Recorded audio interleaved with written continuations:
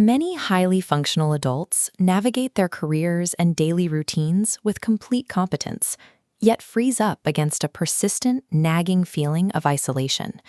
On paper, they have the job, the friends, and the stability, but internally they feel disconnected from everyone around them. Because their physical and material needs are met, they often feel immense guilt for even having this complaint. They look at their comfortable lives and convince themselves they have absolutely no right to feel miserable. This specific sensation is called emotional loneliness.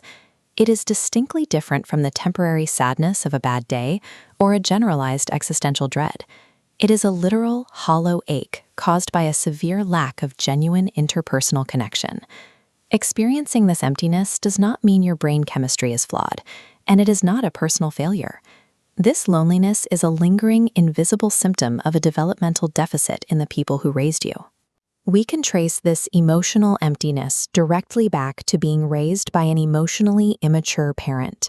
The confusion for the adult child usually stems from the fact that immature parents are often highly capable of providing physical care.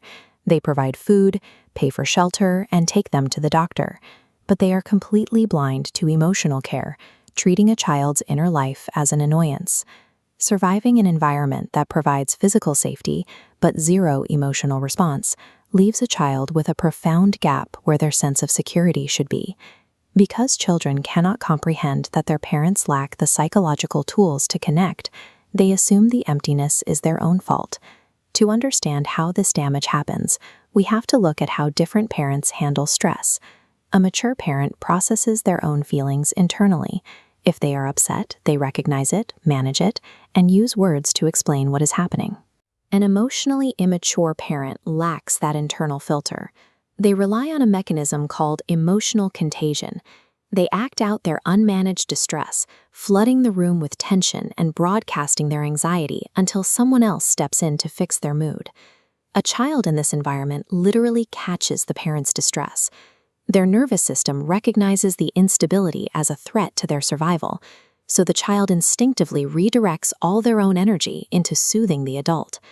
This creates a complete role reversal. The parent acts like a volatile child demanding to be mirrored, while the actual child is forced to become the emotional caretaker. Performing this mandatory emotional labor teaches the child a dangerous lesson. The only way to keep their environment safe is to permanently ignore their own needs. That suppressed childhood need for connection solidifies into the deep loneliness they carry into adulthood. This dynamic persists because emotionally immature parents do not view their family as a group of unique individuals. They view it as a rigid set of pre-assigned roles designed to make their own lives easier. If a child attempts to express their individuality or deviate from the script, the parent uses role coercion. They deploy shame, guilt, and threats of rejection to punish the child and force them back into compliance. Healthy emotional intimacy requires two distinct selves mutually sharing their inner lives. Immature parents prefer enmeshment. They seek identity and comfort by absorbing another person entirely. Enmeshment demands absolute compliance.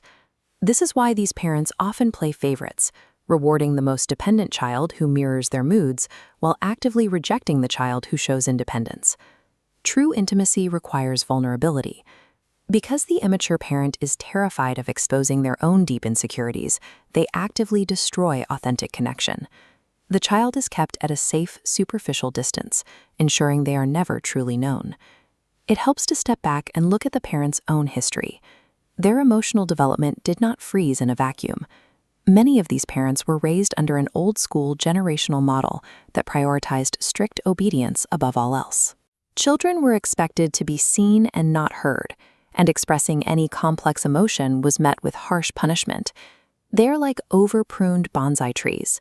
To survive their own childhoods, they had to permanently shut down their deepest feelings and clip away natural instincts.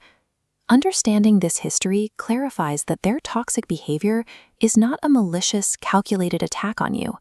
It is an inherited psychological injury that they are simply passing down because they know no other way to operate. That context explains the past, but the adult child still has to deal with the present. Unhealed, this history actively sabotages their current friendships and romantic relationships.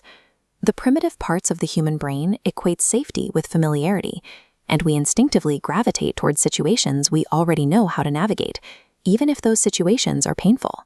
This biological trap causes adult children to unknowingly seek out partners who replicate the exact emotional barrenness of their parents. They settle for one-sided relationships where they do all the emotional labor because the dynamic feels normal to them.